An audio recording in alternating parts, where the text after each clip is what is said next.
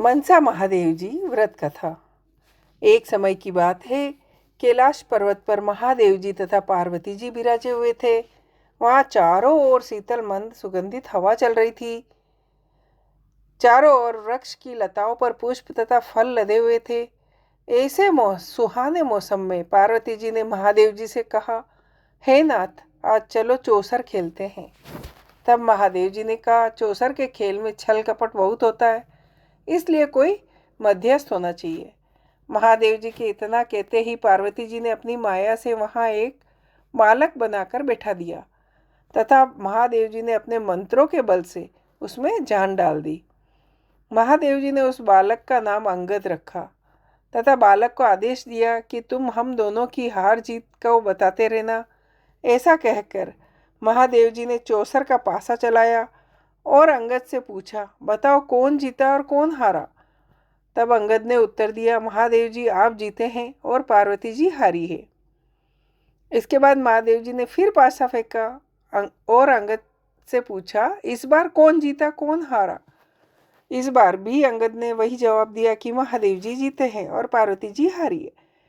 इसी प्रकार तीसरी बार भी पासा चलाकर महादेव जी ने अंगद से पूछा तो इस बार महादेव जी हार गए थे, परंतु अंगद ने विचार किया, यदि मैं महादेव जी को हारा हुआ बताऊंगा तो ये मुझे श्राप दे देंगे। ऐसा सोचकर अंगद ने फिर वही पुराना रटा रटाया उत्तर दे दिया, महादेव जी जीते हैं और पार्वती जी हारी है।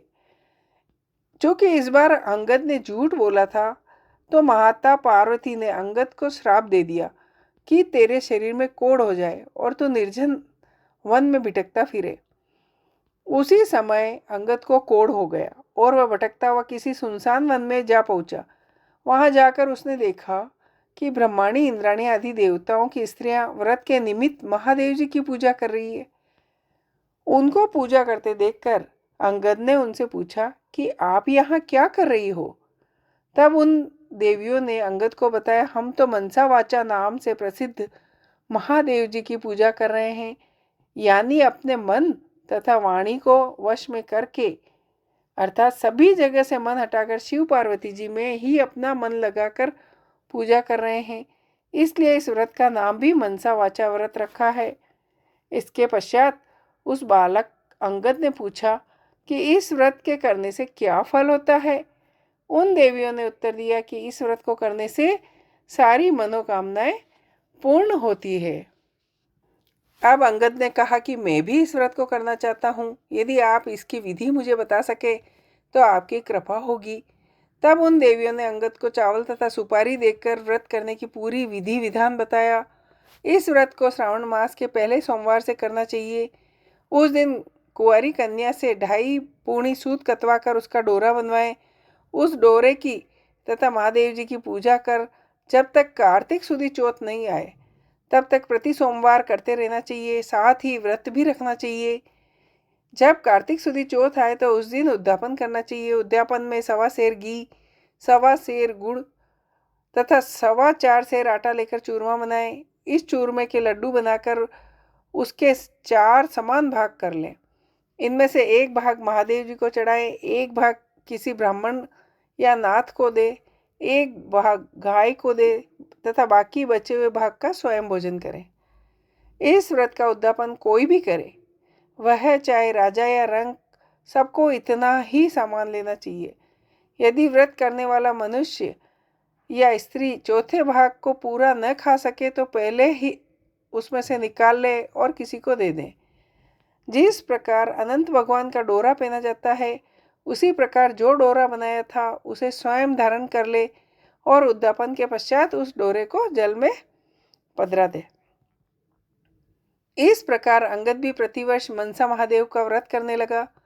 उसे व्रत करते हुए 4 वर्ष हो गए। तब व्रत के प्रभाव से पार्वती जी के हृदय में दया उत्पन्न हुई और उन्होंने महादेव जी से पूछा कि महाराज, जिस बालक को मैंने श्राप दिया था उसका कुछ पता नहीं कि उसको किसी ने मार तो नहीं दिया। तब तीनों लोगों की सभी बातें प्रत्यक्ष रूप से जानने वाले श्री महादेव जी ने पार्वती जी से कहा, वह तो जीवित है। इसके पश्चात पार्वती जी ने महादेव जी से कहा, हे नाथ, ऐसा कोई व्रत हो तो बताओ जिससे कि मेरा व मानसिक पुत्र फिर से मुझे मिल जाए। तब महादेव जी ने कहा, श्रावण शुद्धि सोमवार के दिन कुंवारी कन्या से 2.5 पूनी सूत कतवा कर उसका डोरा बनाना, उसमें केसर आदि में रंग कर 4 गांठें देकर सुपारी पर लपेट कर ताम्रपत्र में रखकर उसे शिव रूप मानना, उसकी तथा शिवजी की पूजा करना। इस प्रकार सोमवार के सोमवार शिवजी की पूजा करना।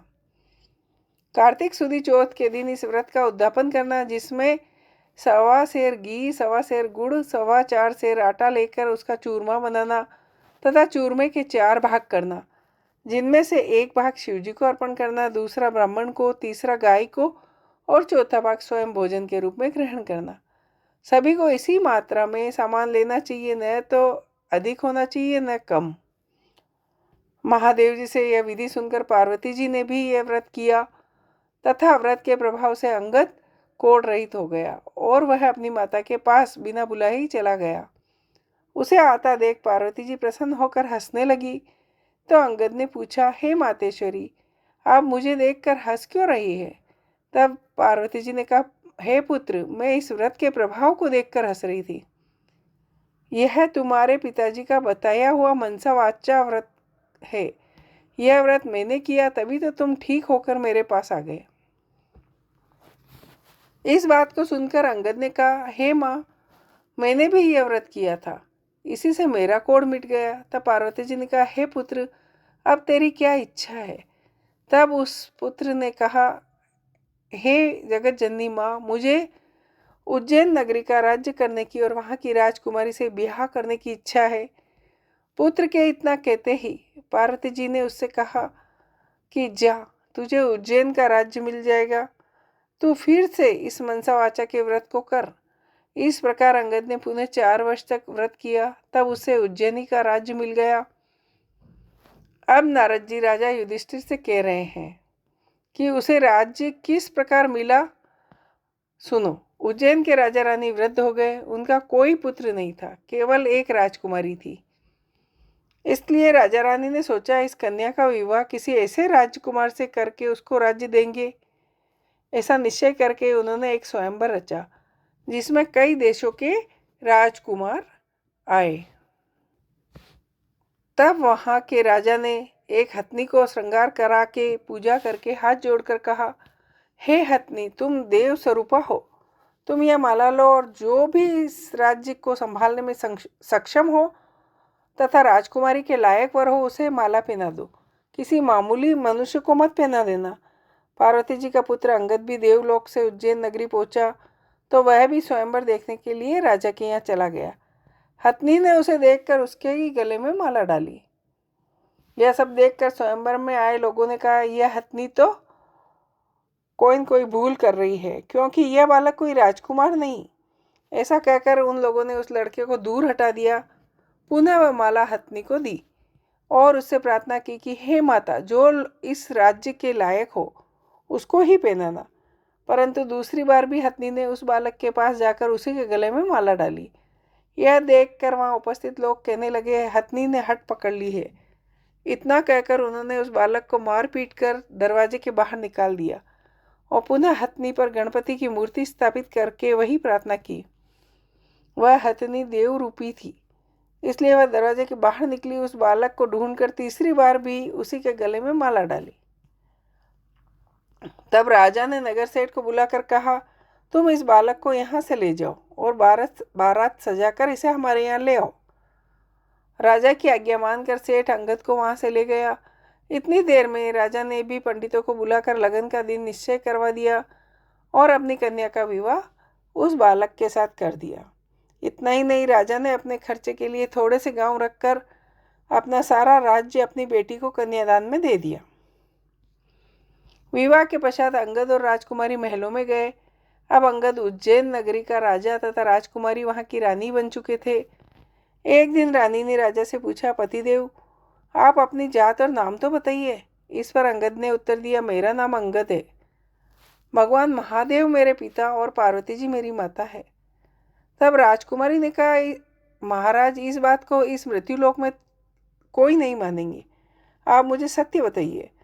तब अंगद ने अपने जन्म की सारी कथा बताई, किस तरह चौसर के खेल में साक्षी बनने के लिए माता पार्वती जी ने अपनी माया से उसे बनाया, महादेव जी ने अपने मंत्र बल से सजीव रूप दिया।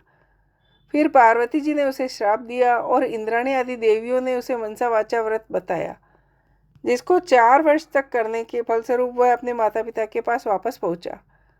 उसे पार्वती जी ने गले लगाया और कहा कि अब तुम्हारी क्या इच्छा है।